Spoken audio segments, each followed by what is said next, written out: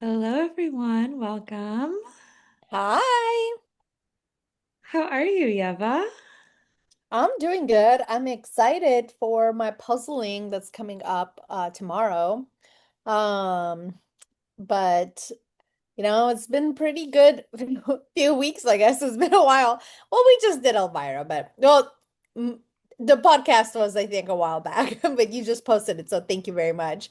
Yep, I take my time, take my sweet time to meet with Ida. Um, but let me tell you about a few horror movies that I watched. Um, I watched Obsession. Um, Did you? yeah, and it was really great. People are saying you have to see it in theaters. After I was done, I was like, no, I don't think you needed to. And I Yeah. still don't, but um it's definitely a very good movie. And there's a lot of like dark stuff. So if you don't have good lighting at home, like if you have windows and stuff, maybe you should watch it in theaters. But I liked it. I liked it a lot. I actually like it more with as time goes on. That I'm like, you know what? I really like that scene or this scene. So it was Mm. it's like one that kind of like stays with you. And I was telling Scott, I'm like, oh my God, I am so glad that the younger generation has a movie now that tells them not to make stupid wishes. Because I was like, please don't. So that was good. Oh I my God, watched. when you said that, I thought we should do Wishmaster for Yeah, one of our you know, episodes. every generation has those movies. Um, then also I watched Hokum with Adam Scott, and that one was really good too. It was I don't think any of the movies were super super scary necessarily. But Hokum was pretty nice. Not nice. It's like about grief, I think. But it was interesting, and I really actually loved the plot of that one. Okay.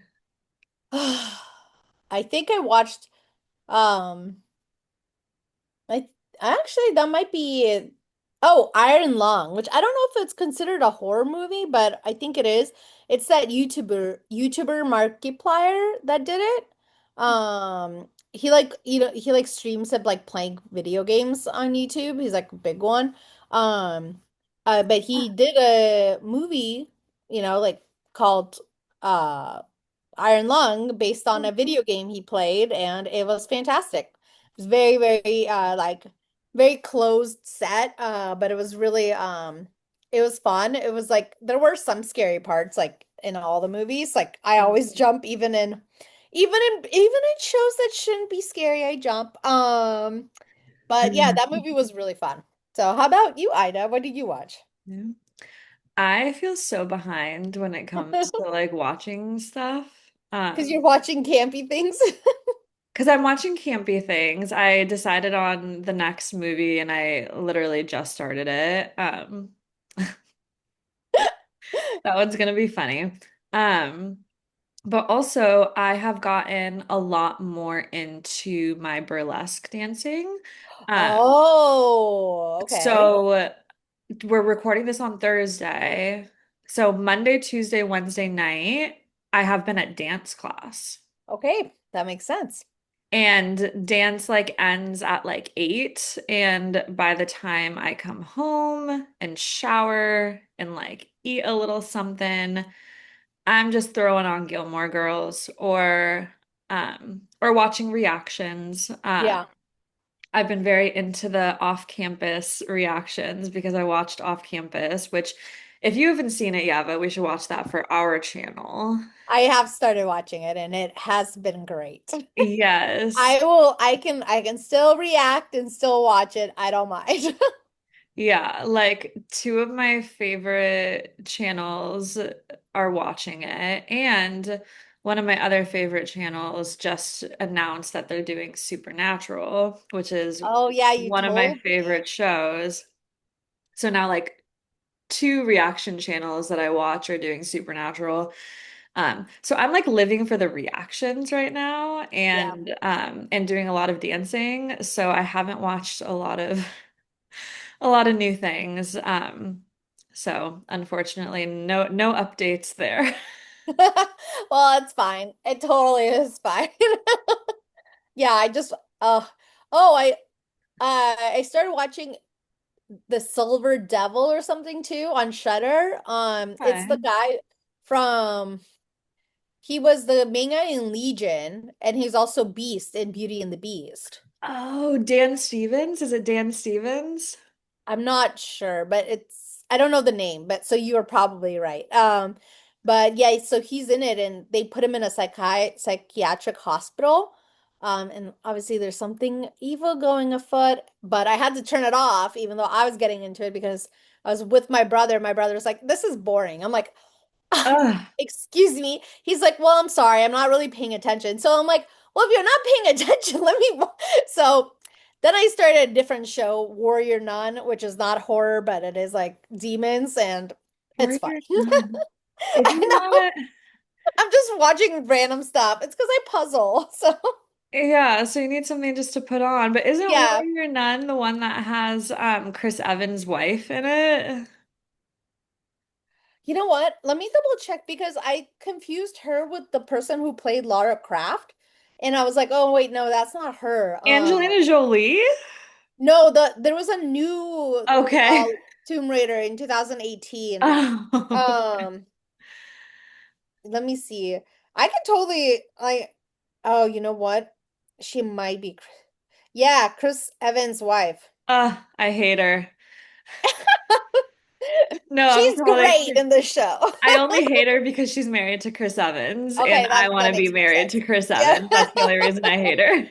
That makes sense because yeah, no, she's really great in the show. So that's funny. Okay, I was like I thought I saw her in some other stuff and I probably did, but yeah, so it's pretty good. Oh man. Okay. Are you ready for our movie? I am, yes. Hell yeah. Okay. So, Slumber Party Massacre is a 1982 slasher film directed by Amy Jones and written by Rita Mae Brown. And I'd just like to acknowledge that I think this is the first movie we've done that has been written and directed by women. So, Oh, okay. um, so Brown, who is the writer, is an author and a feminist activist. She originally wrote the screenplay as a parody or satire of the male-dominated horror genre. However, producers repurposed her script to make a more serious slasher film against her wishes. Oh, I was so it's kind of a bummer. I guess I'll keep listening, but I'm like that'd be really fun to watch a movie that was like very like feminist. It still kind of is. So, as a result, it does contain more humor, both intended and unintended, than usual. Still, even with the male producers being the shitheads they are, it is widely recognized as a subversive feminist slasher classic. The movie challenges traditional gender roles, subverts the quote unquote male gaze, and features female characters who actively save themselves. I love it. Those are such good movies. Yes, yes. It, like most movies we do on this podcast, received mixed reviews from critics and has obtained a large cult following since its release, and it has two direct sequels. And like I mentioned in our last episode, Slumber Party Massacre 2 is a favorite of mine. And I Oh yeah. love it Okay. even more than this one, so we will definitely be doing it on the podcast as well. Okay, that's awesome. Yes. So the movie immediately opens on the title card, Slumber Party Massacre, eerie music playing. And the camera pans down to reveal a very normal looking house in a normal looking suburban neighborhood. There are palm trees everywhere, so we're clearly in California. We see Oh, oh wow, that's fun. Mhm. We see a boy riding his bike on his paper route, throwing newspapers to each house. And we zoom in on the main headline in the newspaper that reads, Mass murderer of five, Russ Thorne, escapes. Oh, Ross Thorne. Gonna Russ I Thorne. you know what that name that's a good name. I'll remember that name. Watch in like a few minutes. You're gonna be like, what's his name? Yeah, what's his name again? Thumber? Thumper? Sure, Thumper. Exactly. We cut to a teenage girl waking up in her bed. We then hear a scream, but quickly see that it came from a radio sitting on the ground next to the bed. I don't know why her radio is on the floor, but alas, it And is so the scream came from the radio from the station? radio station. Okay. A morning show on the radio just came on, but the girl turns the dial to put on some music before getting out of bed. She walks to her closet, taking out a really cute little sundress. She takes her nightgown off right in front of the open window, revealing boobs. Um, Oh, yeah. we do see a lot of boobs in this movie. It's like Frankenhooker all over again. And then she puts the dress on, and then she takes a brown paper bag and starts gathering different things from around the room, putting them in the bag. She like grabs a Barbie, a stuffed animal, like kind of kids stuff, if I What were kind to of guess. brown paper bag is it? Like a lunch bag? Yeah, it's like Okay. it's kind of like the size of the ones that you get from like Trader Joe's. Oh, like a bigger one. Okay, got it. It's like a bigger bag. Okay. And again, she's kind of putting like kid stuff in it. We hear her mom calling for her, and we find out that her name is Trish. And Trish debates putting a stuffed dog into the bag, but ultimately decides against it and Don't do keeps it. her I little stuffed know. dog. I still have one that I got when I was like 7 or 8. So cute. Yeah, yeah. As she leaves the bedroom, the radio's still on, and we hear that police are still searching for escaped murderer Russ Thorne, who is convicted of the brutal slaying of 5 people in Venice, California, 1969. Wow. So we're Okay. in Venice. Oh, okay. Okay. We then cut to Trisha's parents, who are packing up the trunk of their car and getting ready to go to the airport. Trisha's mom is telling her where everything is, that the number for their hotel is right by the phone. And Trish reassures her mom that everything will be fine. Trisha's mom also says that Mr. Content, their neighbor, will be home all weekend and will look in on her. Trish greets the man who's standing behind her, and Mr. Content also reassures Trisha's mom that he won't let the girls get into trouble. I hope the mom recognizes the neighbor and it's not the killer that escaped, but who knows? My guess. We'll see. Um, we hear Trish mutter shit under her breath at that, with Mr. Oh, Content being like, I won't let them get into trouble. okay, yes. And Trish's mom tells her to lock all the doors and windows, and Trish responds with, Mom, I'm 18 years old. You'll always be my baby, her mom tells her. 18 Yeah. years old. I Being in our 30s, like know. teen, I remember being 18. I remember being like 16 and being like, a 300-year-old vampire. That's so romantic. Now I'd be like, okay, that's disgusting. Why is a 300-year-old vampire even looking at a teen? 18 is not an adult, but I will give it to them. They do have rights. The wisdom we get once we get older. So Trish puts the brown paper bag in the trash and walks off to school. Why she threw all that stuff away and didn't donate it is what was going on in my mind, but That's funny. I actually thought she would like hide it from her friends and then put it back when they're gone. nope, just in the trash. Wow. And as Trish walks away, we see someone grab the Barbie doll from inside the bag. You don't see who it was? Mm-mm. Wow. Mhm. We cut to the school where we meet 2 teenage boys, Jeff and Neil, who are talking about who they should ask.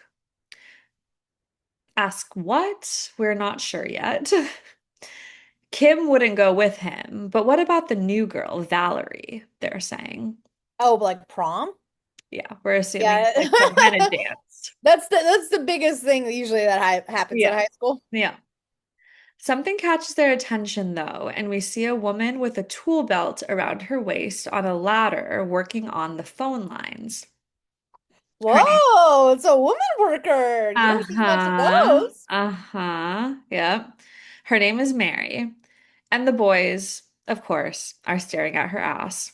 And one of them says, I think I'm in love. Of course. Of Uh-huh. course. Jeff approaches her as she climbs down the ladder. He introduces himself and asks her if she needs help with the ladder, which Mary accepts. Jeff grabs the ladder and talks to her as they walk toward her van. He says, I've been having some ringing in my ear. I mean, in my phone, and I thought maybe a phone woman could help me. Are all phone women this pretty? Okay, if you couldn't act more childlike, that definitely doesn't. Goodness. Mary responds with a, I wouldn't know. And Jeff continues asking, would you ever consider dating a younger man? I mean, you know what they say about younger men. Try it and you'll like it. Oh my God. No, I've never actually heard that being said. Me neither. Mary just tells him that she hadn't really thought about it. Like you can tell she's like trying to be polite. Jeff still doesn't give up, telling her that his number is out of order. And finally, Neil jumps in, saying, your number is 0. And he drags Jeff away. Jeff and Neil are just clowns. Well, you know what? I'm glad. I'm glad that what is it? Jeff, who's who was the one talking? Jeff? Jeff. Who was the friend? Neil. Oh, I like Neil. Wait, Neil was the one that told his friend that he's a zero, right? That his phone number is, Oh, that your okay, number is 0. Yeah. okay. Okay, got it. Thank you. Mary is smiling after them, and you can tell again that she finds the duo quite entertaining. She opens the door of her van when suddenly arms come out and grab her by the neck, dragging her into the van and slamming the door shut. Oh, Jeff and Neil, they're a little bit away. They turn around and look at the van for just a second, but think nothing of it. yeah, they think she got in or something. Yeah. And as soon as they're facing away, we see Mary pounding on the window, desperately trying to get their attention. And she's screaming. I don't know how they can't hear it. But the man pulls her down to the floor of the van, and we see him turn on a power drill as Mary screams. Oh, I know, we then see blood splatter inside the van before we cut to our next scene. oh, the one person who was working. Wow, that's sad. Rip Mary. Is there any dogs in this one? Or pets? There are pets, but I don't think anything happens to them. Okay, thank you. Just had to check. Of course. We're inside the gym and the girls are having basketball practice, including Trish from the beginning. Oh, okay. Their coach, Coach Jana, is shouting directions as they play. One of the girls, Diane, is being blocked by the new girl, Valerie, and she's not very happy about having to pass the ball. Yeah, Diane is yeah. A Uh-huh. bully. Some boys are watching the game, including Jeff and Neil, and they're cheering Valerie on as she makes a basket. Diane just mutters teacher's pet under her breath, which I'm like, she's a teacher's pet for making a basket? Like, what are you saying? Yeah, oh, she's actually trying to play the sport. Okay. Right. And then Diane ends up making a basket before the game ends. So I'm like, are you a teacher's pet, Diane? Yeah, okay, that's weird. Whatever. The girls head to the locker room and we're in the showers and we hear someone say, hey, I think your tits are getting bigger. And then we hear several voices be like, mine? Oh, everyone got excited. I know. We then get a classic girl in the locker room shower scene with boobs Oh and my butts God. Okay. everywhere. Um, I did hear that like they wanted, like, the producers wanted to make this scene even more graphic, but they got pushback from the writer and director, who are both females. That is so I annoying. know. I know. I'm sorry. I am sorry. Those scenes are very unrealistic. You know what happens in locker rooms? The girls want to get dressed fast and go because why would they hang around? Like nobody has that type of confidence in high school. And these women who are playing these high schoolers are like in their 20s. So Yeah, no. Oh it my is God. very unrealistic. I agree. The girls are talking about watching men's basketball on TV to see them in their little shorts. Those, that is the disappointing thing. The shorts for men's just keep growing longer, They get and longer and I longer. want the little shorts. I want the sleepaway camp shorts and the I crop know. tops. Oh, those are so great. Yeah, the crop tops. That's the thing. Men, you know what? I will not judge you if you want to see short shorts on women, but you give us short shorts in return. It has to be Equality. equal. Yeah, That's what we're equality. asking for. We're asking for equality. At one point, the camera literally pans down and just stays on the shot of a girl's ass for like a few seconds before going back up. The girls keep talking, and Valerie is in another stall, not really talking to anybody. So Valerie's a new girl. Trish approaches her and compliments her on how well she plays basketball. And Oh, that's Valerie, nice. yeah, no, Trish is nice. Valerie thanks her. Trish then goes to Diane and tells her that she thinks that they should invite Valerie to the party.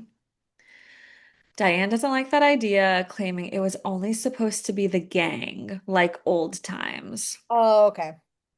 Trish just assures her that it is, and then tells her that no boys are allowed. Diane just smirks and says, "We'll talk about it." Okay, if you wanted like old times, just the gang, then no boys are allowed. Exactly, Diane. Trish and Diane are joined by their other friends, Kim and Jackie. And Trish asks Diane what she has against Valerie. And Diane's like, nothing. Before then saying that she drinks too much milk.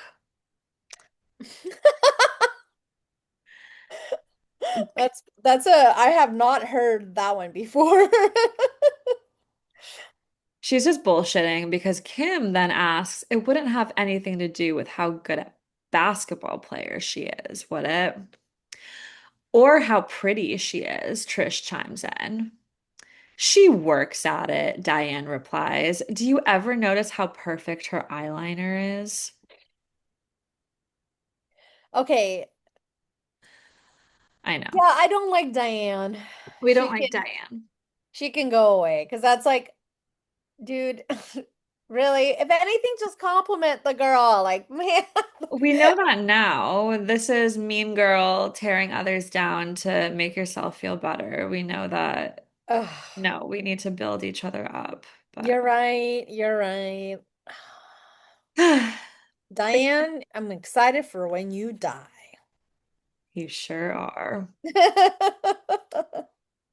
The camera then pans over to the next row of lockers where Valerie is listening to this whole conversation. Diane is still talking. I don't like people I have to get to know. Okay, yes. She's ridiculous. So Trish calls Diane a snob, which she totally Good. is. And she's like, well, the best people are. Trish decides to ask Valerie to come to the party anyway, because, it's her house. Yeah, it's her house. She can do whatever she wants. But Valerie quickly declines the offer before running out of the locker room. And Oh, Trish knows that she heard the conversation that they were having. We cut to our core four. So Trish, Diane, Kim, and Jackie are the core four, okay. walking through the parking lot, along with another girl, Linda, and Jeff and Neil. So Jeff is telling Trish that he'll be there tonight. And Trish is like, Jeff, you forgot one small detail. You weren't invited. Exactly. Yeah. Yes. Jeff answers back, Trish, I don't let little details like that get in my way. As they're walking, we see a man sitting in the driver's seat of Mary's van, Oh my watching the God. group through the side window. Does he look like the neighbor? No, Okay. I gotta, I can't see, so I don't know. true. That's true. Linda tells the group that she forgot something in the locker room, so she has to run back to get it. And the group bids her farewell. Linda, you're gonna die. Don't you die. Kim tells the group that she has provisions for the party tonight. What are provisions, you may ask, just like Neil did? Jeff answers, Doritos, No-Dos, Bennies, crystal meth, the huge, the usual. We then cut to a shot of Mary in the dumpster, face covered in blood with like a literal hole in her forehead. Oh, I was like, what is she like looking for in the dumpster? Okay. 'Cause I didn't realize that much time passed. So I was like, Nope. Dead as a doornail in the dumpster, hole in her head. okay. And the man sitting in her van just watches as Linda runs back to the locker room. Oh, oh, yes. Okay, got it. I thought you said Linda was at the dumpster. I got confused. So, No, Mary, our phone girl. yeah, okay, got it. Linda runs into Coach Jana, who tells her to hurry up because they're going to be locking up the building soon. Linda quickly walks to her locker, grabs her book before leaving. However, she finds that the door to the outside is locked. Oh my God. She hurriedly makes her way out of the locker room and into the gym and tries the gym doors, but those are locked too. Okay, teacher, you just told her, like, give it a minute. She tries to exit the gym, but the doors are like literally chained shut. And she still tries to open them, which is confusing to me because you could literally see them chained. Yeah. I Sh- guess I would too, because like what option do you have? Maybe they'll come undone. Maybe. Probably not, though. Yeah, okay, yeah, yeah, probably not. Linda tries yet another set of doors that are locked, Oh and my God. she keeps pushing at them to try to get them to open. And as she's doing that, we see our guy approaching from behind, holding his handy dandy power drill. Linda doesn't notice him until he's right behind her and turns the drill on, lifting it above his head and bringing it down, cutting her arm. Linda's, Wow. hmm Linda screams and runs into the locker room, our guy following quickly behind. And a chase scene ensues inside the locker room as Linda is chased down the aisles. Soundtrack is going real hard. And the soundtrack kind of reminds me of Stranger Things, like the synth style. Oh, okay. It's good. All of these Ooh. 80s movies have such a great soundtrack. I love it. Yes. Yeah. Our guy has lost sight of Linda and makes his way into the room where all the showers are. We see that like in towards the side, there's like what looks like a fence and like a counter. I don't know. Linda's literally hiding like under the counter, Oh, okay. clutching at her wounded arm. So she's hiding, and our Okay. guy searches the shower room but doesn't find her. Linda's arm is bleeding pretty badly, and the blood has gotten all over the floor. Oh shit. Well, I'm surprised that she's still alive. That's good. But yeah. Not for long. Yeah, not for long, I guess. She quickly grabs a towel off the counter and desperately tries to mop up the blood, still not being seen.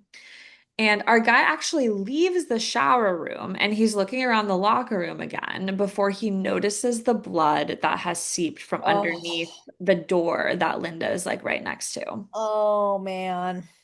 He tries to open the door but finds it locked, so he uses his drill to drill a hole in it, making Linda start screaming. And we get a shot of the empty gym as Linda screams, but her scream dies out, and then there's just silence. I like it. Uh-huh. We cut back. Wow, look at this movie where like bam bam, two deaths already. I knew you would like Exciting. this because the deaths come so quick in this movie. I love it. We cut back to the van and we see our guy running from the gym, like towards the van. Okay. We then cut to two people on a motorcycle. It's Trish, and she's being dropped off at home by Mark. She tells him that she'll see him tomorrow before giving him a kiss, and then he drives off. Trish heads to her house, and we see that Valerie just witnessed that interaction. So she lives in the house next to Trish. In the neighbor's house? She's like the other neighbor. Okay, that's what I was So wondering. like Okay. yeah, so like Mr. Content is like the one neighbor and then Trish is like in the house close by. Okay. Maybe not like right next door, but they like to the point where she can see like Oh, okay. the house. Um so we see her walk inside her house, passing by like a random cat as she walks up the steps. I think they have like an outdoor cat. Hmm.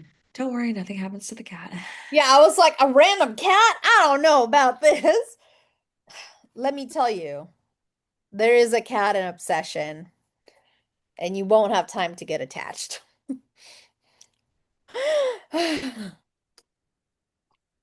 We then join Diane as she walks home, and we get a POV shot of someone in a car driving next to her.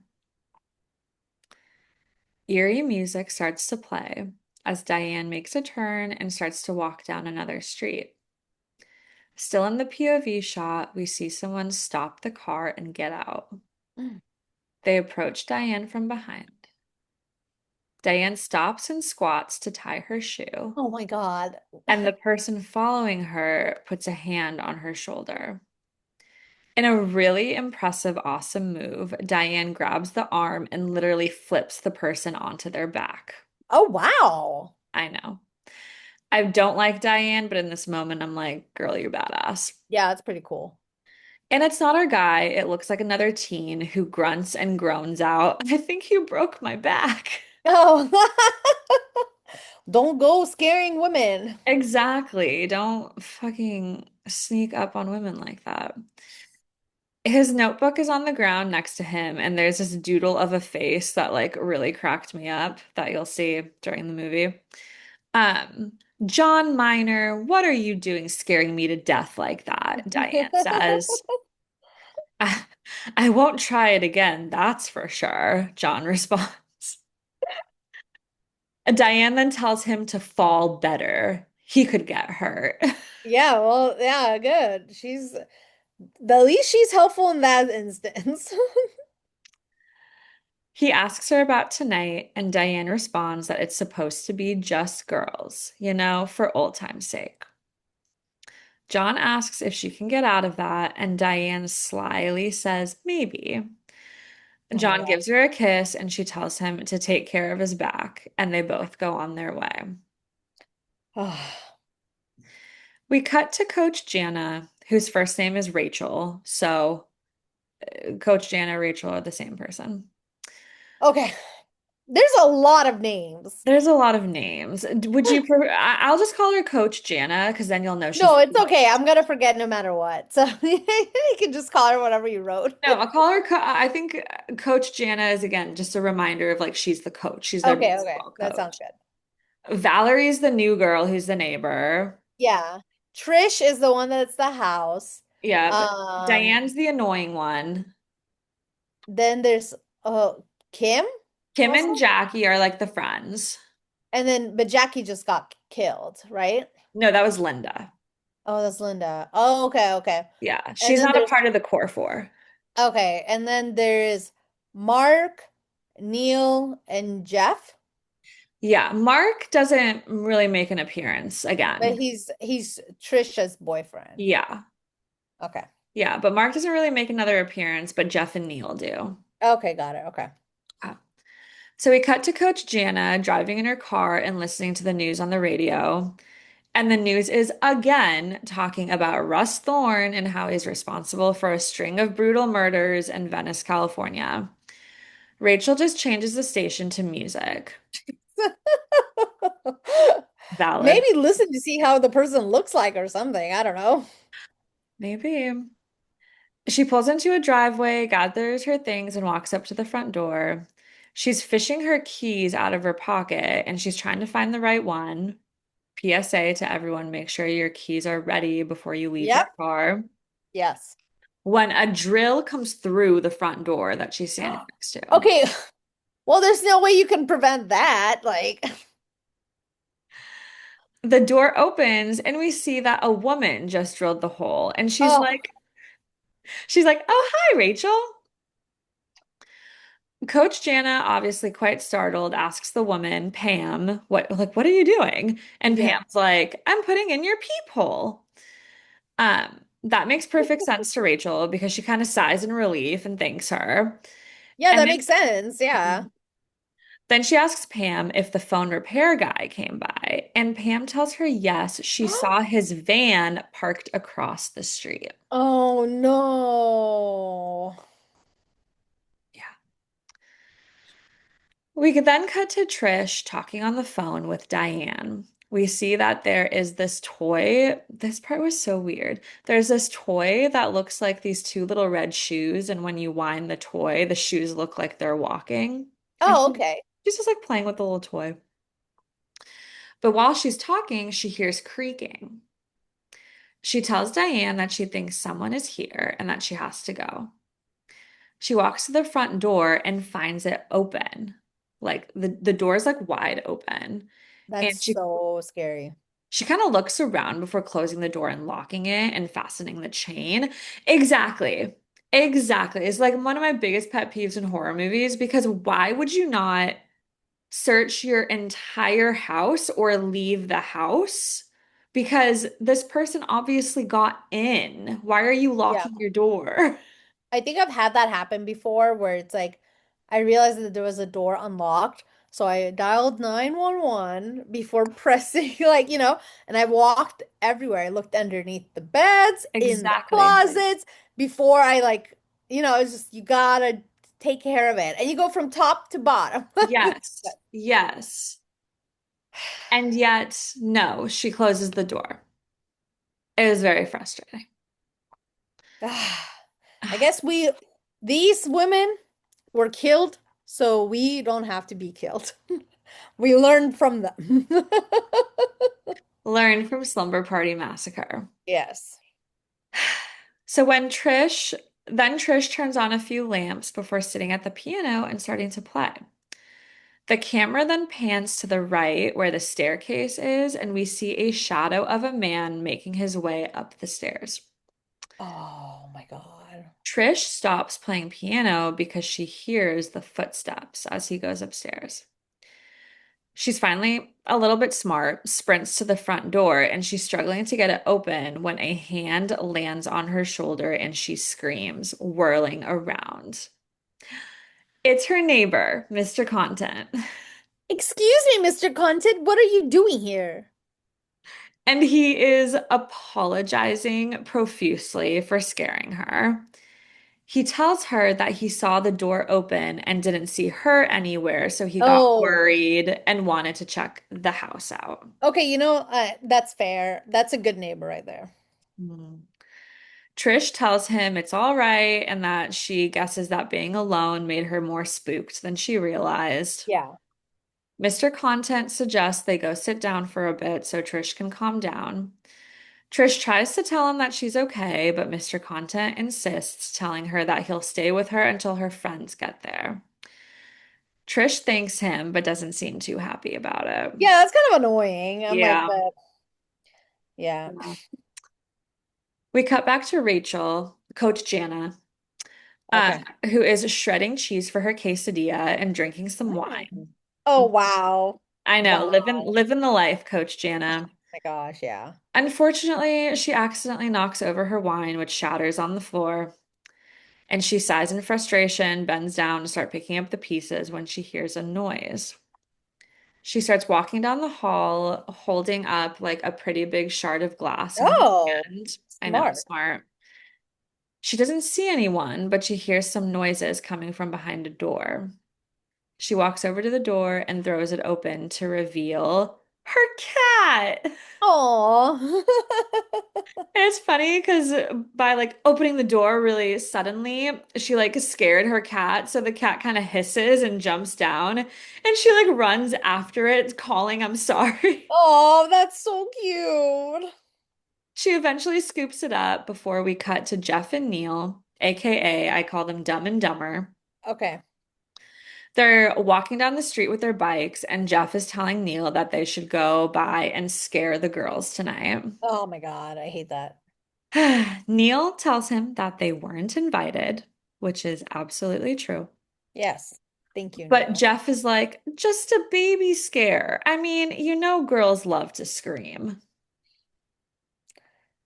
Cue eye roll. Yeah, Exactly. I know exactly. We both eye rolled at the same time. I'm like, oh my God. Neil is still hesitant, and Jeff is trying to convince him. What's the worst that can happen? I mean, Everyone gets murdered. not Jeff is like, no, so they get mad at us. That's the worst that can happen.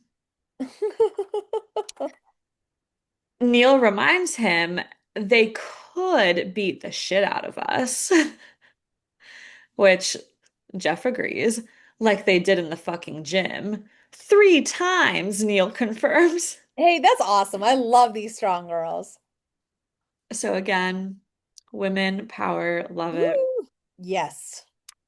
As they're walking, we see them pass the telephone van as tense music starts to play. We see Valerie looking out her window as two girls arrive at Trisha's house. We Okay. also see our guy Russ lurking in the bushes outside. Gosh. Trish is inside her house pouring a Oh. cup of coffee for Mr. Content when the doorbell rings. Trish goes to open the door and calls out, "Who is it?" And one of the girls behind the door calls out, "We're here for the orgy. Let us in. Hurry." Oh, it's good. Trish opens the door and it's Jackie and Kim who scored some beer and some other things from her older brother. Oh. Trish looks a little panicky Yeah, because because the neighbor is gonna be right Mr. there. Content is still there and she's like, "Oh, swell, soda pop." Oh, they probably get the hint. They're like, they No, they definitely don't get the hint don't get because, the hint. oh, hell What? no. From her saying soda pop? No. They sit on the couch and Trish is trying to silently communicate with them, but they are not getting it. Kim just asks, "What's the matter with you?" before she pulls out a little plastic baggie of weed, Oh my saying, God. "Cast your eye on this." Mr. Content has come out of the kitchen at this point and is watching all of this. And Trish kind of face palms before Kim continues. It's Maui Wowie, 100% seedless prime bud. Oh man. As she's talking, Mr. Content just strolls on over and bends down to sniff at the baggie she's holding. Kim pulls the baggie back and she's like, "Oh, hi, Mr. Content." And Jackie just laughs. Mr. Content tells the girls he was just leaving. As Trish walks him to the door, he turns to her and says, "Trish, I won't tell as long as you don't let your parents know that I scared you to death." No, okay, that's fair. That's nice. Yeah, yeah. Trish nods before Mr. Content tells her to go easy on the Maui Wowie. And That's funny. if she needs anything, he's right next door. Okay, that's nice. He's a Yeah. nice guy. Mr. Content's a cool dude. He's gonna die, but it's okay. Yeah. Yeah, we know that. We cut to Valerie, who's making a pitcher of Kool-Aid and putting way too much sugar in it. I'm like, girl, whoa. Um, Her younger sister, Courtney, walks into the kitchen and comments, "Big doings next door, I see." They know that there's a party going on. Oh, okay. Valerie just tells her it's none of their business, and Courtney asks Valerie why she wasn't invited to the party. And Valerie responds that she was, but she turned them down so she could take care of her darling little sister. I love it. Like hell, her sister responds. Valerie continues saying, this line was wild. I was like, oh, Valerie. As the famous Jim Jones once said, shut up and drink your Kool-Aid. Wow. Well, yeah, I guess. Like, damn, Valerie. Okay, okay. That's so funny. I know. The Well, it's phone, funny in a very dark way, I it's guess. funny in a very dark way. Yes, which that's, I mean, that's a humor that I really like. Yeah. Um, the phone rings and the sisters both run to answer it, but Valerie gets there first. She answers the phone, but then tells the person on the other line to hold on because it's for Courtney and it's a boy. Oh my God. Courtney snatches the phone and all flirty like is like, "Hello? Oh, hi, Gordon." And she's all smiley and cute. We cut back to Trish, Jackie, and Kim, and they're eating some snacks, and Trish is indulging in some Maui Wowie. They start talking about Diane, and Jackie makes a comment about what the guys see in her anyway. Trish tells her that Diane is beautiful, and Jackie responds with, "Well, I think she has a big mouth." And Kim jumps in saying, "Hey, it's not how big your mouth is, it's what's in it that counts." That's actually hilarious because it could be very dirty, but it also could be like pretty like, oh, how smart you are. Exactly. Exactly. Trish argues that she doesn't see what Diane sees in John Minor, and Kim is like, "Probably what we don't see." And they start to giggle. That's funny. Yeah. And Trish is like, "Hey, it's not how big it is, remember?" And then all together, they're like, "It's what's in it that counts." Oh, I like them. They're cute. I like the three of them, minus Diane. Yeah, exactly. She doesn't have to be around. Well, they all laugh when we hear like a crunching sound coming from the kitchen. All three girls immediately get up to go investigate, and Trish sees that she left the coffee pot on the burner, and somehow that like made the coffee pot break, like it like shattered. Oh, okay. She picks it up to take to the sink, and we get a jump scare of Diane's face like pressed up against the kitchen Oh my window God. as she just like grins at them and waves. Like, fucking Diane. Don't. Man, there's a lot of like Don't. yeah, don't. There's Don't. a lot of like like false like flags in this movie. A lot of Like like fake outs, yeah, fake outs. Yeah, thank you. false flags. I don't know. Okay. We jump back to Valerie and Courtney, the sisters, who are both just lounging and reading magazines with their adorable little kitty. Courtney starts reading out loud at a recent Tinseltown bash. The lovely Brooke Shields shocked everyone by turning up with a new frizzy hairdo. I thought she looked like Charles the second, but her close friends thought she stuck her finger in the wall socket. That's so rude. I mean, we're in the 80s, man. We then hear a crash from outside, followed by the sound of a dog barking. The sisters don't look concerned though, and Courtney is like, "Dog's in the trash again." Oh, okay. Yeah. Valerie tells her to go take care of it, and Courtney retorts, saying she's not going out there alone in the dark. So Valerie gets up, but before she goes, she tells Courtney that it's too bad mom and dad didn't get a divorce before you were born. Oh, Like savage. that's funny. Valerie, first with the Yeah. Kool-Aid and now this? Girl. Jeez. Courtney just calls out, I love you too. But once she sees that her sister is out of the room, she runs up the stairs. Hmm. Valerie goes outside to find the garbage can has in fact been tipped over and trash is strewn about. So she starts putting the trash back in the can. Courtney is in what I'm assuming is Valerie's room and she's looking for something. She look Oh, okay. she looks through the drawers and under the pillows before looking under the bed and finds what she's looking for. A Playgirl magazine with, I think, Sylvester Stallone on the cover. Oh my God. I could totally be wrong, but it kind of looks like Sylvester Stallone. We'll have to see when we watch the movie. Yeah. We cut back to Valerie as eerie music starts to play, and she's cleaned up all the trash when she hears a creaking sound. There's one of those like plastic swing sets in the yard, Oh, okay. and she actually passed it earlier when she came out, and the camera focused on it for a little too long. Oh, okay. And that swing set is moving, creating that creaking sound, and it's a little eerie, a little creepy. Is it windy outside? I don't know.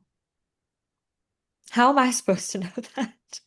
Well, does she like look at it like all weird, or is she like, oh, the wind is Yeah. blowing? No, so let me continue. I was like, I don't. Valerie stares at it for a second, tension building, before backing away and running straight into the garbage cans. And that jump scare got me real good That's funny. because it makes like a really loud noise. That's hilarious. Um, and then she runs back into the house. Okay. Is it windy? How am I supposed to know that? Remember when we were watching The Burning? I was like, well, What which way are the tides? you asked me which way the current was Yeah, the going, and I'm current. like, how the fuck should I know? I was like, well, it'd be really hard to pedal if it was like, oh, I think about this stuff. So, I was listening to that podcast today, so it's like fresh in my mind of like, and that was my reaction too. You're like, which way is the current going? And I'm like, Yeva, I don't fucking know. Girl. Keep up these questions. I yeah, love I will keep them up. them. I gotta have the answers. Gotta have the answers. So Jeff and Neil, aka Dumb and Dumber, have arrived at Trisha's house and they're Yeah, now watching the girls from outside the window. they're such creepers. I No know. way. I know. They give me like the teens from Elvira vibes Yeah, where like they they're are, not evil, but they're just yeah, they're being creepy and like inappropriate and not okay, but they're not like evil yeah, guys, you know? that makes sense. The girls are gossiping about who got caught in the act, and it was Stephanie and Joe. I know. They're all changing into their pajamas, of course. So we Of got course, tits yeah. out, no pants, Jeff and Neil loving every minute. The girls are continuing to gossip about how Stephanie didn't show up to class and her parents caught them. And oh my God, how embarrassing. And Jeff makes a comment about not giving Kim the attention that she deserves after seeing her Oh, topless. yeah.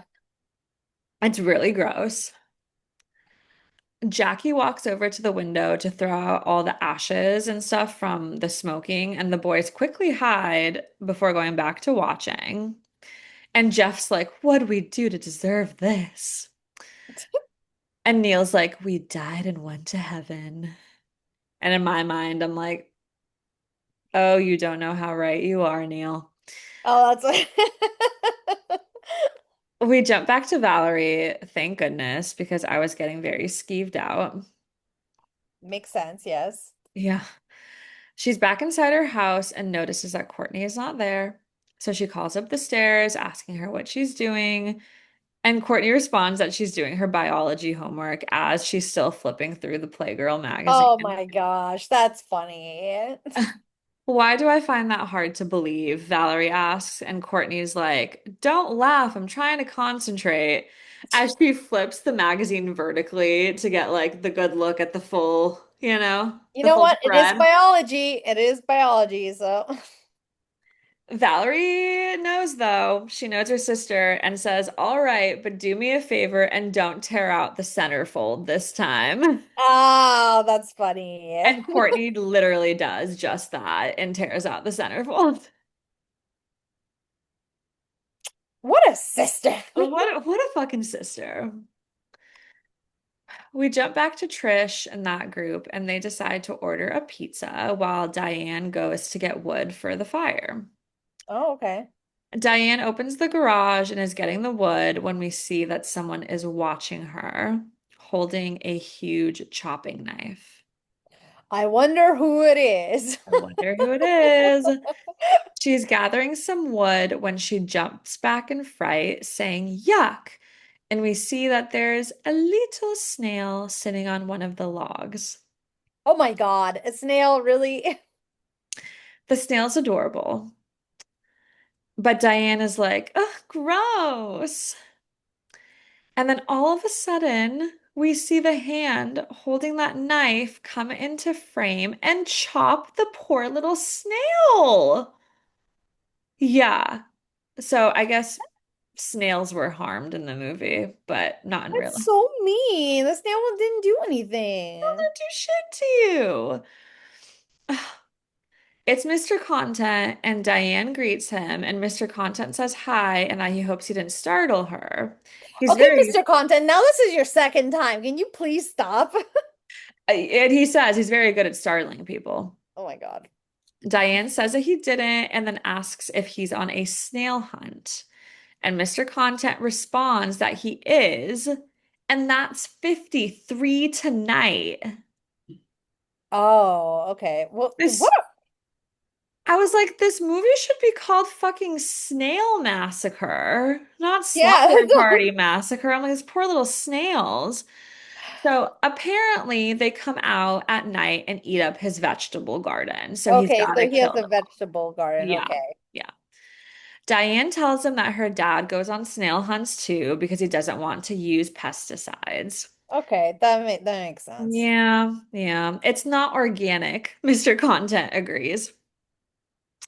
Right, Diane says before bidding him goodnight and going back into the house. Mr. Content starts to head back to his own house, but something on the ground catches his eye. Number 54, he says, before he goes to chop the defenseless snail. Unfortunately, our guy Russ sneaks up behind him at that moment and drills him right in the neck. Mr. Content falls to the floor, dead as a doornail. Rip, Mr. Content. Rip, rip, you for sure are. I I know, I kind of like that character. It's kind of sad. liked Mr. Content, Yeah, except for the whole snail massacre thing. yeah, yeah. But I do know that snails are pretty, like, pretty hardcore on vegetables. I do understand that too. I do. Jeff and Neil are still outside the window, and now they're drinking beer, like Oh my drinking God. beer, watching the show. Neil asks Jeff if he heard something, but Jeff's like, nah. He then tells Neil to come on. He has an idea before he walks off. We cut back to the three girls lounging in the house, and Jackie is reading the newspaper for whatever reason. You're like hanging out with your friends and you're reading the newspaper. She tells Jackie tired of everyone's shit. she tells the girls to listen and then says, "Boy, 10, sucked down the sewer but survives." Oh, that's it. She's like looking for fun stuff. Okay, that's funny. And I totally thought of it because Yeah. boy 10 sucks down the sewer, but unfortunately, Georgie does not survive. Um, we then get a jump scare that scared the shit out of me when Really? I jumped, I really jumped. Diane decides to drop all the wood she gathered onto the floor, and it just like bam makes this huge sound. Like, bitch, really? And it scares the shit out of the other girls too. But Diane could care less, asking Jackie to read today's horoscopes instead. Oh, oh. Oh my God. Oh, those are the good old days. The good old days. Jackie flips to the right page and asks Diane her sign. Scorpio, of course, Diane answers. Of course, Kim agrees. Jackie starts reading. Your power with the opposite sex will get you ahead. Not too bad, Diane says. Depends on whose head, Jackie says, and the other girls laugh. That's pretty good. Kim then says Taurus, so Jackie reads, You get the rest you deserve. Relax and enjoy it. No. The girls continue reading from the newspaper while Trish goes and shuts the window because she's getting cold. While she does, though, something catches her eye. Tense music starts to play as she sees a shadow of a man for just a second before it moves behind a wall. Trish looks a little scared as she asks Diane if she remembered to close the garage door after she brought the wood in. Diane says, I don't know. And Trish looks out the window again before letting out a scream. Her Barbie that she threw out this morning is outside the window, but it's like only half of it and it's covered in what looks like blood. Is it like right next to the window? One of the girls says that it must be the boys, but Trish is pretty freaked out and needs to go make sure that the garage door is Yeah, closed. because she like literally threw it away. But who Mhm. knows? Maybe it is one of the boys. Maybe it Like, is. yeah. Diane says she'll go with her. They go into the garage, and of course, the light bulb went out. Oh, of course. Of course, they can see that Diane closed the garage door, but she didn't lock it. So Trish locks the door and they go back to the house. And after they leave, we see a shadow of a person pop up in the garage. Ah. We jump to Valerie, who is sitting at the table doing her homework. She gets up, goes to the window, and looks out for a second before going upstairs. She finds Courtney still reading the magazine and grabs it from her. Valerie starts reading out loud about meet Jason, the athletic type who likes bike riding, tennis, and surfing. We then see Jason in the magazine, who has a really nice ass, I must say. But Courtney's like, yuck. And I'm like, why yuck? Valerie calls her a faker and says that she was beating off to boys in the fifth grade. Courtney retorts back, no, I wasn't, you creep. And then this part like really confused me because I don't quite know like exactly what they're talking about or why Courtney gets so upset because Courtney then asks Valerie if she told mom, and Valerie's confused and like, tell mom what? About the fifth grade? Like, I made that up. And Courtney gets really mad and says, You did not. I hate you, and starts hitting her with the pillow. So I have no idea what's happening here. I wonder if I wonder if she spread a rumor then or something. Maybe But yeah, that's kind of weird. when we watch it, I'll see how you Yeah, you'll point take it that out part because that because is I was like, girls, I got no idea what the fuck you're talking about. But Courtney gets like legitimately angry. I'm like, Oh, she does. girl, you okay? Yeah. So we cut to Diane, who's sneaking away from the others to talk on the phone. Little does she know that the other three pick up the phone to listen in on her conversation. Oh, that's funny. That's funny. Hi, boo boo, Diane says, and the other girls struggle to hold back their laughter. I love you too, and I miss you. Yeah, it's okay. Trish doesn't mind. And we see Trish mouth to the other girls that she, in fact, does mind. Oh my God. Diane then says, I love it too. Do you think I'm getting better? Oh my God. That's so funny. And the girls can't hold back their laughter anymore. And Diane hears them and says, I think our First Amendment's been violated. That's so funny. Honestly, I would be laughing too if I was the friends. It's hilarious.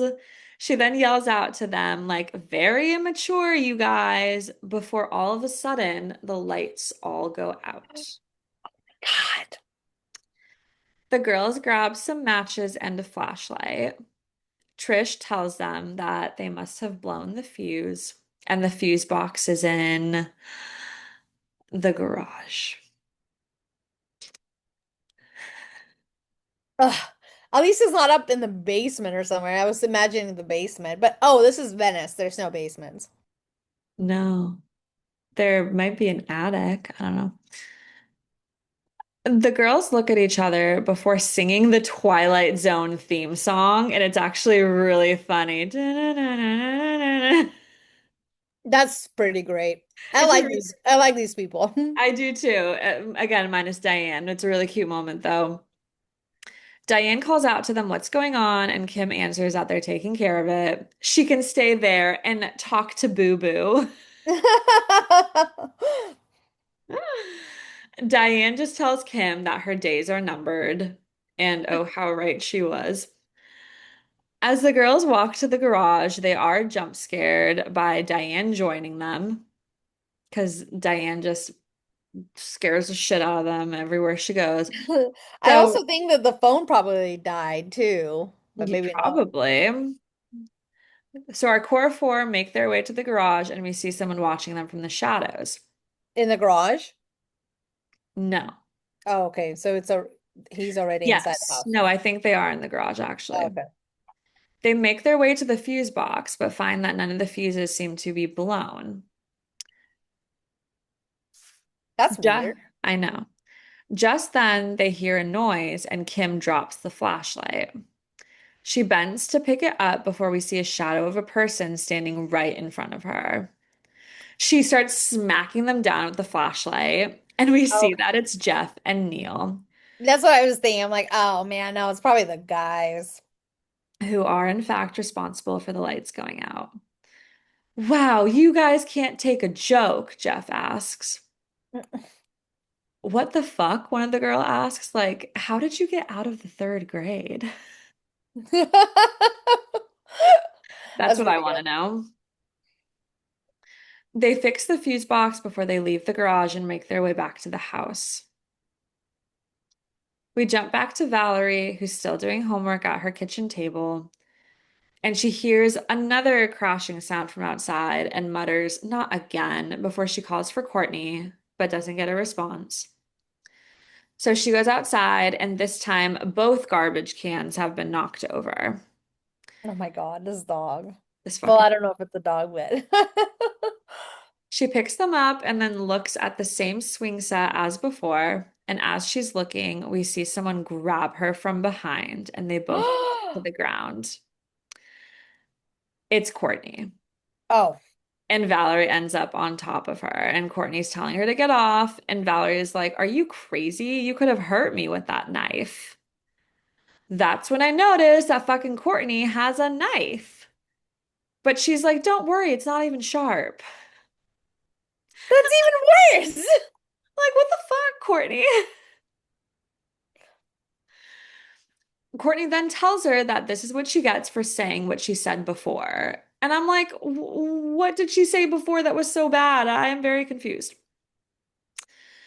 Anyway, Valerie tells Courtney that she apologized and helps her up, and they both head back into the house. And we get this adorable shot of their little kitty just like following after them.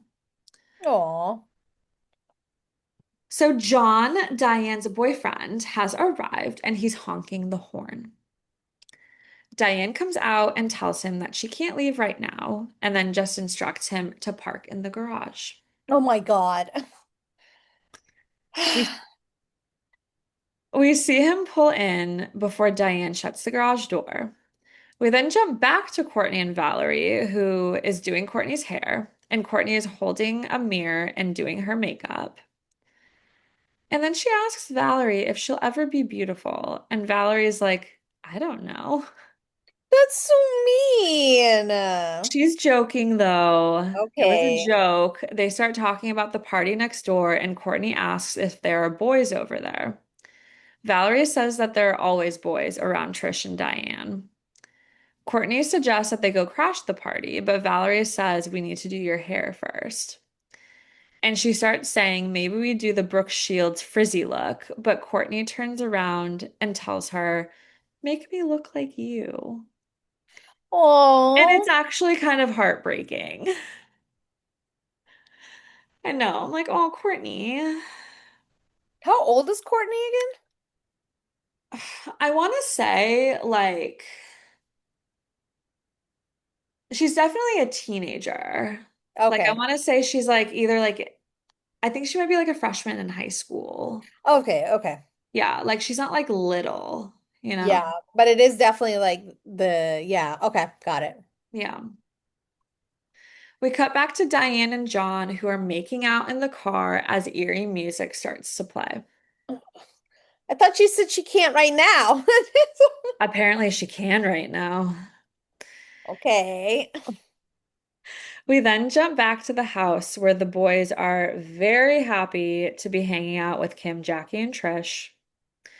Jeff is going to have a shiner, though, from where he got clocked with the flashlight.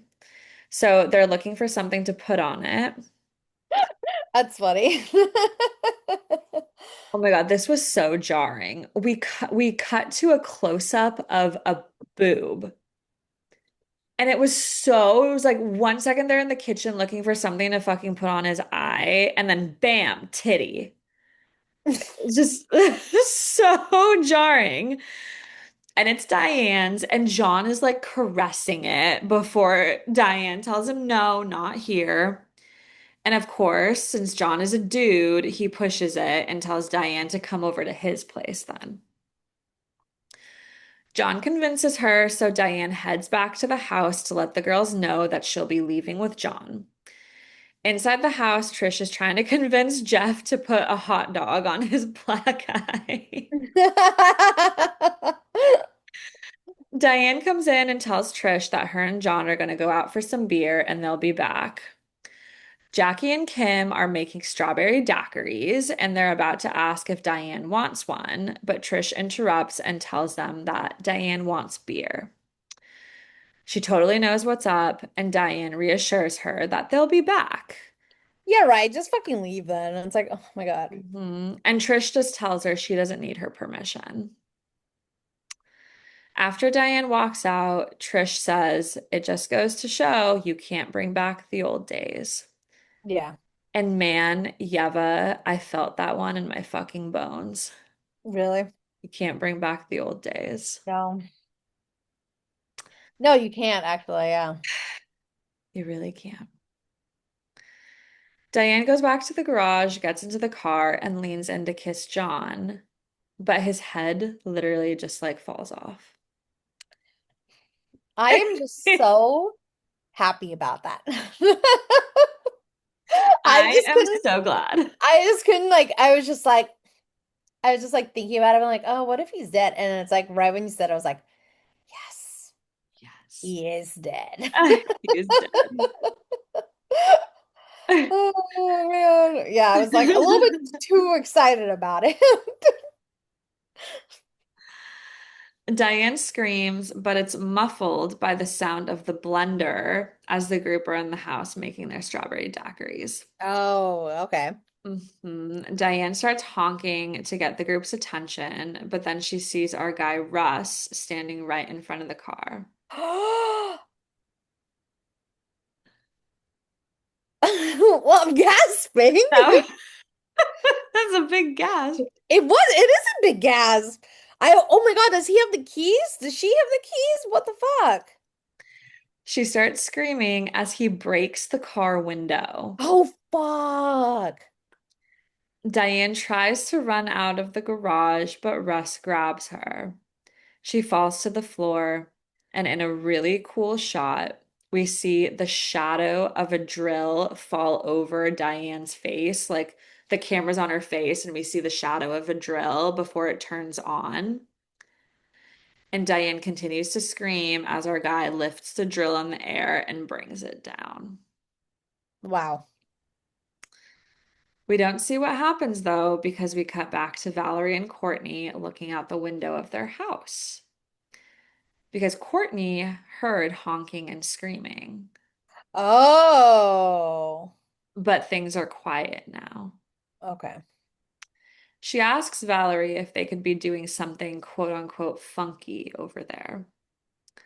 Valerie says no and that they're just playing games. She then tells Courtney to forget about them since they aren't worried about us. Again, I'm really confused because why would they be worried about you guys? And like Trish literally invited you. So, I don't know. You're like, I just don't get it. Yeah, the Valerie and Courtney, like that part confused me of like what's the point of having them? But um we jump back to Trisha's house where the gang are drinking their strawberry daiquiris. Trish is commenting about why they let Jeff and Neil inside after all the stunts that they pulled. Kim then says, like, yeah, that Barbie doll trick was really gross. And Jeff looks confused, asking, what Barbie doll? Oh shit. Oh shit. Before they can figure it out, though, the doorbell rings and Trish remembers the pizza that they ordered. Oh my God. Jeff and Neil go to answer the door and they ask without opening it, what's the damage? And we hear the person on the other side say, 6 so far.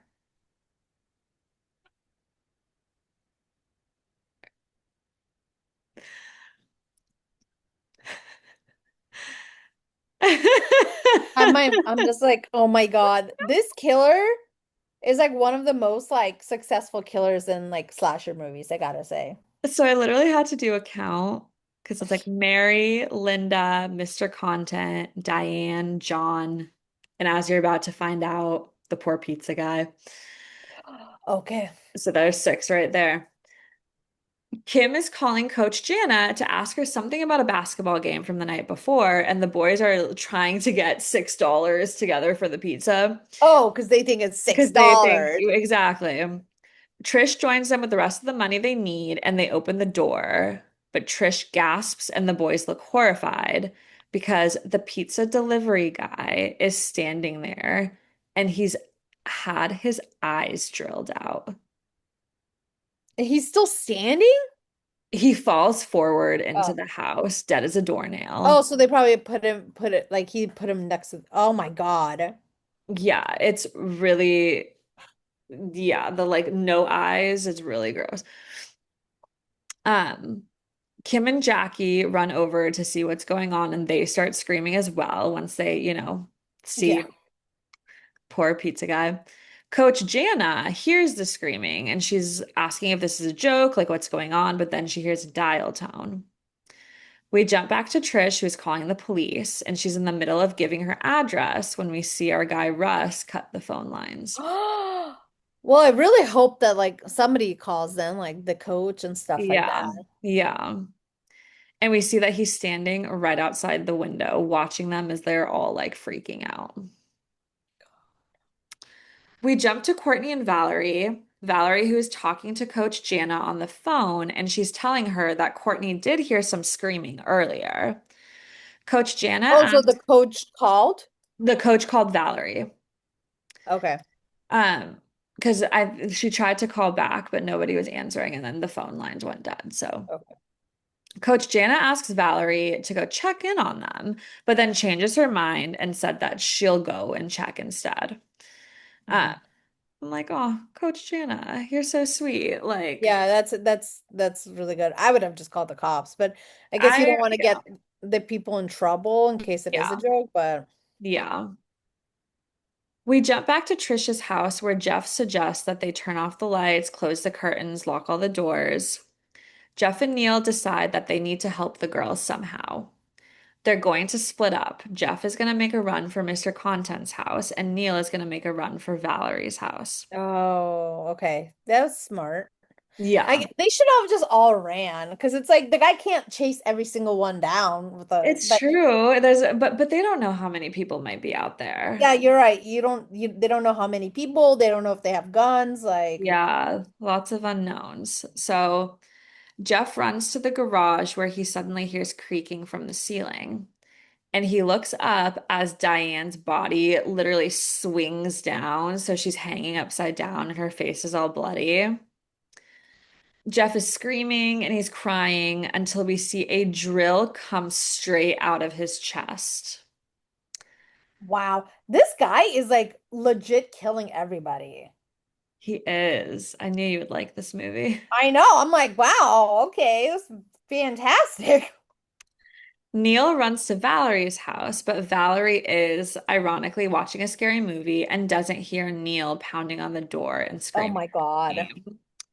She finally does hear a little something and goes to investigate, but at that point, our guy Russ has found Neil and tackled him to the ground. So Valerie just looks out the window because there are windows on her door, and she doesn't see anything because they're literally like just out of view. That is so unlucky. It is. It just goes back to watching her movie. Oh my God. Neil and our guy Russ are rolling on the ground fighting. And it's really cool how they did this because in the movie that Valerie is watching, the girl starts getting stabbed, and we jump back and forth between the movie and Neil getting stabbed. Oh, okay. So, rip Neil. Hmm. Also, this whole time, Courtney is just upstairs talking on the phone with her friend about getting French kissed. It's really funny. That's so fucking funny. That's a that's very realistic, I guess. Totally. Just like a teenager talking about that. Yeah. Russ takes Neil's body back to the garage and he opens the trunk of John's car to reveal all the bodies stuffed inside. Oh my God. He starts counting the bodies and then he's like, shit, because one is missing. Oh. We then get a shot of someone on the ground crawling towards Trisha's house, and it's Jeff. So he got drilled through the chest, but it didn't kill him completely. We cut to inside the house where the three girls are all sitting together, like holding knives.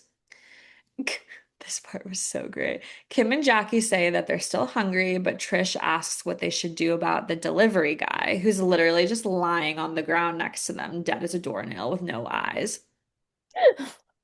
They decide to cover him up, like with like a sheet. Yeah, But yeah. but then Jackie takes the pizza box that he's still holding, literally puts it on top of the guy's back like a fucking table, opens the box and starts eating the pizza. And after one bite, she's like, I feel better already. You know what? She's a smart one. She might survive having eaten It's not the eating that I don't agree with, is it's literally you're using this guy's dead body as body. a table, Okay, girl. fine. You're right. I do. I agree with that. It's really funny, but not. Oh, like very funny, dark, you know. Yeah, yeah, yeah. This movie is filled with the dark humor, you know. I love it. That's so it's like a fun movie. I'm liking It's hearing it. good. It's super fun. Poor bloody Jeff has made it to the door and he's whimpering and kind of like clawing at it. And the girls hear and they go investigate, knives at the ready. They see the shadow under the door, but they're hesitant to open it, which I get. Yeah. Meanwhile, we get a POV shot of someone approaching Jeff from behind, and a shadow falls over Jeff, and he turns around, crying out, no, please, before our guy raises the drill and brings it down on him. Oh, that sucks. The girls hear this and then see Jeff's blood seeping in from under the door. Oh my God. Rip What a nightmare. Jeff, I know. We jump to Coach Jana, driving in her car, tense music playing before we're back with Courtney and Valerie. Valerie is calling for Courtney, but there's no answer. She looks out the window to see Courtney walking towards Trisha's house. So she starts to follow. I know, I know. Courtney has just gotten to Trisha's front door and raises her hand to knock, but she sees Valerie coming after her, so she hides for whatever My reason. God. Valerie makes it to Trisha's front door, knocks and rings the doorbell. The girls inside are terrified though, and they don't open the door, so Valerie leaves the front porch, and we see our guys watching her from the bushes. Jackie tells Trish and Kim that they have to let her in, and she runs to the front door. Trish and Kim try to stop her, but Kim unlocks the door and swings it open to reveal our guy standing right there. And he swings his drill and slashes Jackie's throat. Oh my God. Jackie was trying to be nice. I know. I know. Rip Jackie. So Trish and Kim scream and run up the stairs into Trisha's bedroom and start moving her shelves to barricade Yeah. the door. Oh my God. I know. We see Valerie enter the backyard and she starts knocking at the door that Jeff was just at before he was drilled. Um, Oh. drilled in a Before. non-sexual way. Does she not see the blood everywhere? Apparently not. Maybe it's dark. Oh, you know what? It probably is dark because it's Yeah. already late. Yeah. A hand comes out of the darkness and scares Valerie, but it's just Courtney. She tells Valerie they should go home. Nothing is going on around here. Valerie thinks it's strange, though, that they're not answering the door and the lights are turned off. She tells Courtney to stay where she is while she tries the front door one more time. Of course, that's when lightning crashes or thunder crashes. Valerie goes to the front door and knocks again, but this time she goes inside because the door is unlocked. She's calling for Trish and Diane as she walks through the house and she's turning on the lights. Oh, And the lights work now. Mhm. In the bedroom, Kim is telling Trish that's Valerie and they have to answer.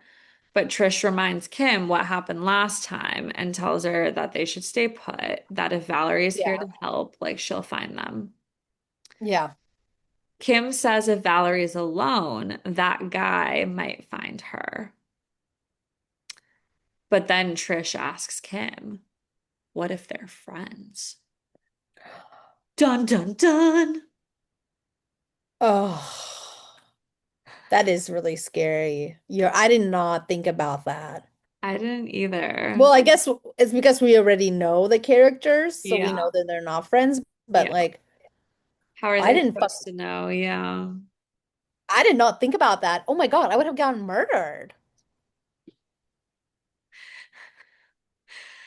I know we joke that you would never survive a horror movie, but I mean, I don't think I'd survive a horror movie either. So No, it's such a disappointment. I'm like, I want to survive one, but I'm really gullible. It's my you really should watch or not watch, listen to I'd Survive because they have like questions and like interactive things that you can fill out where like you answer the questions yourself using like a percentage of how likely you are to do something, and that's what gets you your percentage of whether you'd survive the movie. Yeah, I probably should try it. The problem is that I am very confident about myself when I shouldn't be.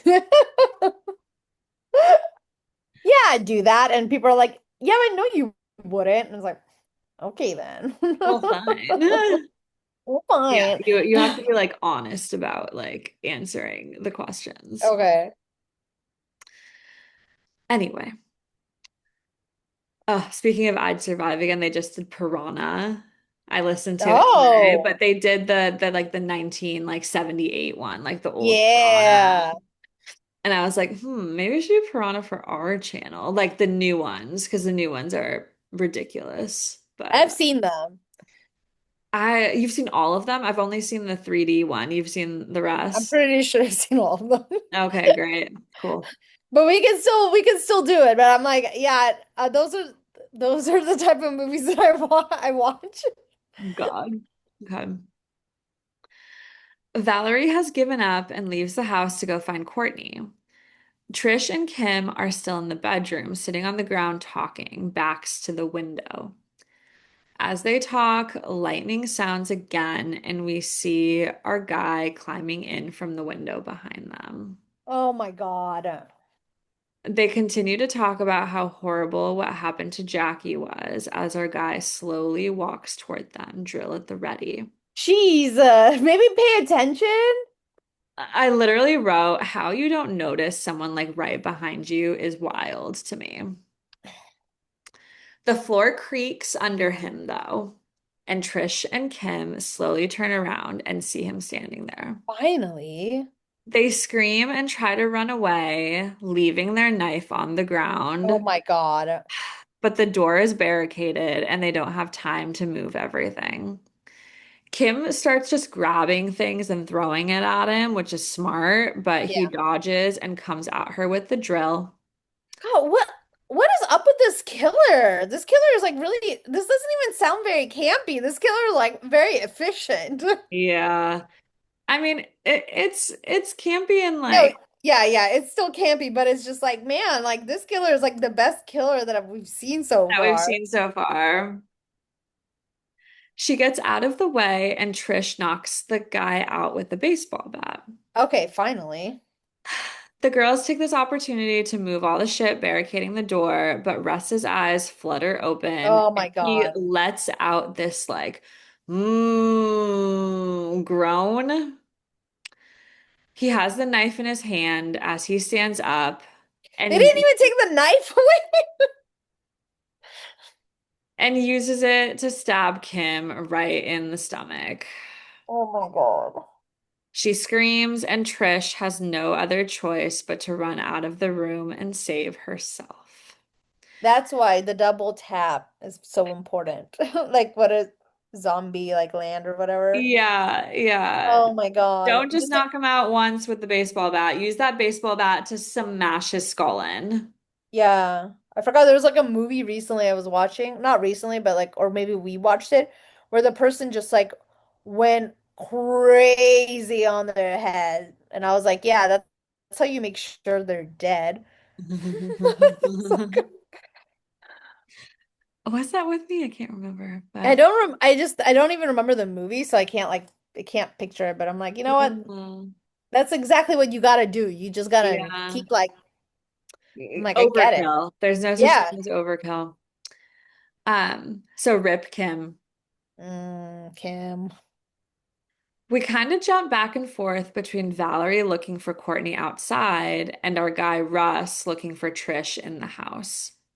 Okay. Russ wanders into the bathroom and he looks at himself for a second in the mirror, all bloody, holding his drill. Valerie finds Courtney lying in the bushes and she rushes over. Courtney just pretends to come up like Dracula Oh, that's funny. with her Does Courtney arms know things up. are going on? No, they have no idea. She's okay, and the sisters start to make their way back to their own house. Russ is searching the dark house for Trish. He searches a closet, doesn't find her, so he leaves. But we see that Trish is hiding in one of those plastic covers that you put over like a coat or something. Oh, smart. So Okay. smart. Um, the next part also confused the hell out of me, but camp, you know? Okay. Valerie and Courtney are in Trisha's kitchen, saying how the party must have gone somewhere else. Courtney says she wants Oh, okay. Courtney says she wants to raid the fridge and she opens it, revealing Kim's body is inside the fridge. Oh shit. But the sisters don't notice because Valerie tells Courtney no and she closes the fridge Oh without my looking God. inside. And Valerie says she wants to get out of this house because it gives her the creeps, but Courtney's like, Just one little beer. And she opens the fridge again. And Valerie's like, no, you're underaged before she turns to leave. And the fridge is shut again. She calls for Courtney, but Courtney just gets this mischievous look on her face and opens the fridge again. And this time she definitely sees Kim's dead body as it literally falls out of the fridge. Wow. That's very campy. So Yeah. fun.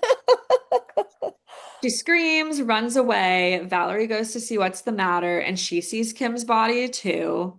So she screams and also turns to run before seeing a shadow of a man with a drill coming down the stairs. She tells Courtney to run before she goes inside a door right next to her to hide. Shit. Courtney is hiding under a couch, and we see Russ set his drill down and start to drag the poor pizza delivery guy and throw him down into the basement. And we see that this was the door that Valerie went into. So she's hiding under the stairs Yeah. in the basement. So there is a Oh. basement. Oh, so the body is like going down at her? And she sees pizza delivery man's body land at the bottom. Oh my God. She runs away, and I'm like, where the fuck are you going? You're in a basement. But then I realize that there's like a door to the outside in the basement. Like, Oh, okay, it's that makes weird. sense. Oh, Yeah. there is a basement. That's funny. Yeah.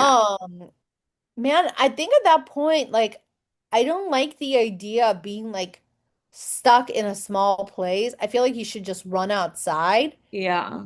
because it's like, especially if you think it is just one person, it's like you can just run down the street screaming. Right. Hopefully you'll be faster than the guy, and you're supposed to be making as much noise as possible. Like I just, oh my God. That's why I kind of like living in apartments because then I'm like, I'm hoping that like if somebody screams, like somebody would help. But truthfully, last time that happened, I was the only one that actually helped. Nobody else helped. So Jesus. That's yeah. scary. I'm like right by like a canyon, you know? Hmm. And the other day I could have sworn I heard like a scream and a somebody help me from the canyon. And I'm like, was that real? Because I didn't hear anything else after that. Oh shit, that's so scary. Because I yeah, because you don't know. got no idea. Oh yeah. So hopefully, if Hopefully it it was wasn't. real, that person's okay. Yeah. Yeah. God. Okay. We're back upstairs with Russ, who grabs his drill and a blanket, and literally he sits on the ground and pulls the blanket over him and lies on the ground on his back. I'm like, what are you doing? Dude, he sounds so fucking He's crazy. crazy. And he's right next to Courtney Oh my because God. Courtney's under the couch. And we're like, what the fuck is this guy doing? Thunder claps outside, and we see Trish still in the closet unzip herself from the cover that she was hiding in. We then see that Coach Jana has arrived and she starts knocking on the door, calling for Trish and Diane. She opens the door, comes inside, and then starts calling for Kim and Jackie, asking if there's anyone home. She looks over and sees our guy Russ still lying on the ground with a blanket on top of him, but all she sees is a body covered in a blanket. Oh, maybe that's why he has. So he did it on purpose. So maybe he can trick the people coming in. Yeah. Oh shit. Oh, he's too good. He's too good. She slowly makes her way over and pulls the blanket off, revealing Russ just staring at her with wide eyes. She screams, grabs a fire poker as Russ turns on the drill and they face off. Oh my God. We cut to Valerie, who's still in the basement, and she's looking at all these tools, trying to figure out like which one to use as a weapon. She lands on this circular saw and starts running to go back up the stairs and into the house. As she's running, though, we see that the saw is connected to a cord, and the cord is getting pulled as she runs. And me, I'm like, oh my God, is she gonna get like snapped back and the saw is gonna like land on her That's what I was somehow? thinking. That's what I was thinking too. It's kind of what happens, but the saw doesn't get her. She just Okay, gets I was snapped like, oh my back. God, she's gonna fucking fall on the saw. Sorry. Yeah, she does get snapped back down the stairs and realizes that the cord's too short for her to take the saw. Does So he just she's go fine. with a fucking hammer or something? Shit. Right. A saw would be nice though. Yeah, I guess it would be. We jump back to Coach Jana and our boy Russ facing off. And our boy. He's our boy Russ. Courtney is still under the couch and she manages to trip him, so he falls to the floor. Coach Jana thinks it would be a good idea to start hitting him with the fucking fire poker. And I'm like, girl, fire pokers are pointy. Stab him. Oh, you're right. Why are you hitting him? This is not fatal. Stab him with the pointy end. Oh my God. But Trish hears me because comes running in from the closet holding a knife and stabs our guy as he screams in pain. So go Trish. Good. Yeah, fuck you. Poor Trish is kind of shaking, losing it a little bit. So Coach Jana pulls her away. So they don't notice that Russ sits up and Oh my comes God. at her with a drill, getting her right across the stomach as Trish Boom. screams. Rip Coach Jana. I am so annoyed. But you know what? She should have known better. She's She should have like knocked him out. yes. And she should have used the fucking pointy end of the fucking fire In poke right in his eye. right Both in his eyes. eye, both eyes. Yes, Coach Jana, this is what you get for not being smart. Oh my God. Okay. Valerie, still in the basement, finally finds a weapon that she can actually use, a giant machete. Oh my God. That's pretty awesome, It is. actually. I'm like, it took me a second to understand what you said, and I was like, wait, yeah, giant machete. Giant I like machete. that. Yeah. Trish is crying on the ground, our guy standing above her holding his drill, and he speaks for the very first time this entire movie. And he says, "You are pretty. All of you were very pretty." Trish puts her hands up and says, "Please don't do this." But Russ just looks at her with wide eyes and says, "I love you." Yeah, but it's so creepy. He is just so. And it gets even creepier as Trish is pleading with him, and he says, "It takes a lot of love for a person to do this." Wow. That's a, Uh-huh. yeah, women writer. She knows how to make somebody super creepy. He then smirks in a very creepy, gross way and says, "You know you want it. You love it. Yes." There's a big grin on his face. But then Valerie comes barreling out of the basement, wielding her machete. And the way she runs is just really funny. You just have to see it. I can't even describe it to you. She chases Russ outside into the backyard and corners him until he's at the ledge of the pool. Then she takes a swipe with her machete and cuts off a big piece of his drill, Good. which lands Oh, in the pool. oh, fuck yeah. She then takes wait, where am I? Okay. Only one little thing to take Yeah. out. That's good. Okay. Um, Valerie then uses the machete to chop off Russ's hand as he screams. Then she slices him right across the stomach and he falls into the pool, making it completely red with his blood. She then drops the machete. Why do people do this? And drops to her knees as Courtney runs over and hugs her. But then we see a hand at the ledge of the Oh pool my God. and see our guy Russ start to climb out.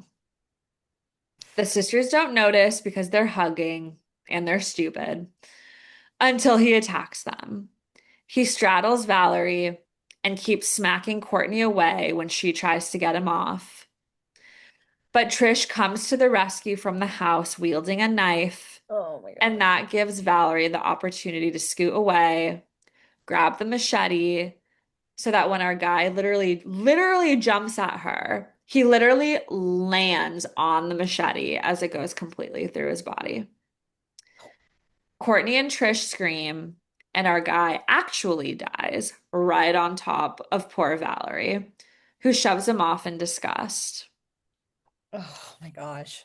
Trish and Valerie are sobbing, and Courtney is just looking off into the distance with a blank look on her face.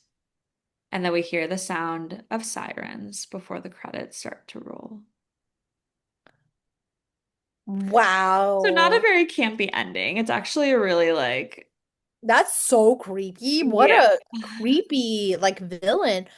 I'm like literally that's why I think like I've seen like a movie or something where like yeah, like it's like or like a show where like somebody's like just holding the weapon, like they're the cops are like you can let go and they're like scared to let go. I'm like just go Yeah. like that makes most amount of sense to me. Like They're traumatized. Like, this was a traumatizing experience. oh, wow. That's a good this is gonna be a good movie. So is the second one more campy or is it like The second one is definitely more campy. So the second one is actually about like Courtney's the main character in the second one. oh So cool okay. Valerie's younger sister. And it starts off, I mean, it's kind of campy and like dark together. Like Mhm. I think it's a really good way to describe Slumber Party Massacre is because there are some very dark parts and but it's also really campy. And that's the case with the second one too, because Valerie is in like a psychiatric place Oh shit because of this because of this. yeah So the story, so Courtney's our main character in the second one. okay. Oh my God, that's so scary. I know. That was really good. Yay. That was really, really good. I Thank, liked it. I'm very excited to see it. So, yay. amazing job. I'm excited. Thank I you. am very, very excited. I just can't. I'm actually surprised how like creepy it was. Like there's like moments where I was like super creeped It's out. So I'm like really very excited. creepy, especially his like little like monologue at the end where he's like, it takes Yeah. a lot of love for someone to do something like this. I'm like, homie. Fuck you, dude. Just fuck you. That's something that's like excellent writing. I hate it. I love it and I hate it I love it and I all at the hate same time. it. Oh, wow. Okay. Well, yeah, that was great. Thank you. Thank you. So we are gonna go watch Slumber Party Massacre and we will be back for our post-movie discussion. Yep. Yeah. We just finished watching Slumber Party Massacre. Yes. And it was fantastic. So much death. I was very pleased. I was very pleased. Yeah, I was so stoked with the amount of death. I was. And we kept talking about it. I really liked all the characters. Like, a lot of them made, like, really good choices. Um, Yeah, like I really liked Jackie and Kim. Like the only one I didn't like was Diane when it yeah. came to the girls, and then Jeff and Neil were just fucking bozos. Yeah, But they really are. Um, yeah, but it was really good. Like, the music was great. love At the music. at first, the villain was like, the killer was like, just kind of like goofy, like kind Our of boy like, Russ. yeah, like he was kind of like a just like I was like making fun of his hair and stuff like that. At the end, when he spoke, he became creepy. Um, He showed that there was really something like deeply yeah, psychologically wrong with he him. was wrong. But it was yeah, I really liked the movie. I'm so Yeah, I glad. was like, I like enjoyed it. Like I liked a lot of the characters, even the dumb ones were funny. But like yeah, it was a pretty well done movie. I really enjoyed it. And you described it really well. So 10 out of 10. Yay. Both 10 out of 10. Like your description and the movie. Yeah. Was there anyone on? I remember us talking about it's a shit list, a kill list, and a live list, or something like Oh that. yeah, yeah, yeah. I really liked Valerie and Courtney. Mm-hmm. I really wish Jackie and Trish. Well, Trish survived. Trish survived. I wish Kim. Jackie survived, and I wish Kim survived. Yeah. Diane was like whatever for me. Yeah. Felt bad that the neighbors died. I didn't feel bad that the boyfriend died. That was kind of funny. So, No. Yeah, Mr. Content. I was really sad. Like, I think I was fine with everyone dying except for the coach Jana. yeah, that was I was sad sad when Coach Jana died. because she really was like at the end, and that was like kind of like a last death that didn't really have to happen if they fought correctly. Everyone else like they like died because it was like still early on, and they She just used the pokey end. Yeah. She hit him with the fire poker. Girl, stab. What stabbed are you his doing? hand to the floor so he can't get up. Yeah, no, I don't know. Yeah, I don't. Jackie threw the ceramics real good, except like he kept ducking. So I was like, oh, you have a good throw. Obviously, think they're that all was Kim. sporty. Kim? I think Jackie's the one who got her throat Oh, slit. yeah. And Kim is the one who was there with her in the bedroom, Oh, I'm pretty yeah. sure. So Jackie and Kim, I really like too. Mm-hmm. Yeah, I don't like. I really enjoyed the movie. I thought the Valerie was like gorgeous. I was like, okay, I see why Diane was a bit annoyed. I was like, okay, Diane, calm down. Oh yeah, like when watching it again, I was like laughing because Diane was like insulting Valerie like positives. I was like, Her oh. eyeliner just looks so good all the time. And I guess she's really good at basketball. It's like, oh, she's better than me at basketball. Like, I'm getting those insults. Like, so it was kind of funny. Yeah. I can't wait because I do like this movie, but the second one. Oh yeah, you were saying you like the second one more. The second one, let me just give you a little teaser. Like, kind of the same weapon. For those who have seen it, you'll know. But our killer is like a musician rock star whose weapon of choice is like a drill that's like attached to his guitar.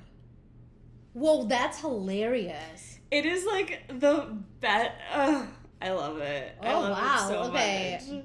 We'll have to watch that. That's pretty great. So we're gonna do that. Yeah, I mean there's a few other ones coming up, but that eventually one will be coming up too. Oh, that's cool. That's really, really cool. Yeah, it's hysterical. I love it. I'm just like imagining it. I'm like, oh, that sounds great. It's just like leather jacket rock star that's just like, and it's like a musical, like this like music. Whoa. And, like as he like kills people. It's great. Okay, well, fantastic. I love it. It's great. All right. Anything else? I don't think so. Trying to think. I feel like I gave a lot of commentary during the movie, so definitely watch our movie reaction. Mm-hmm. But I think at least the main points, I was like, okay, I got them. Cool. Okay. Well, thank you so much. If you're listening, thank you so much for listening. If you watched the reaction, thank you so much for watching Thank the you. reaction. I believe our next movie is going to be Night of the Demons. Oh, cool. Okay. Which is going to be real fun. I'm very excited. Yeah. So we'll see all of y'all on the flip side. Until then, stay campy. Stay campy. Bye.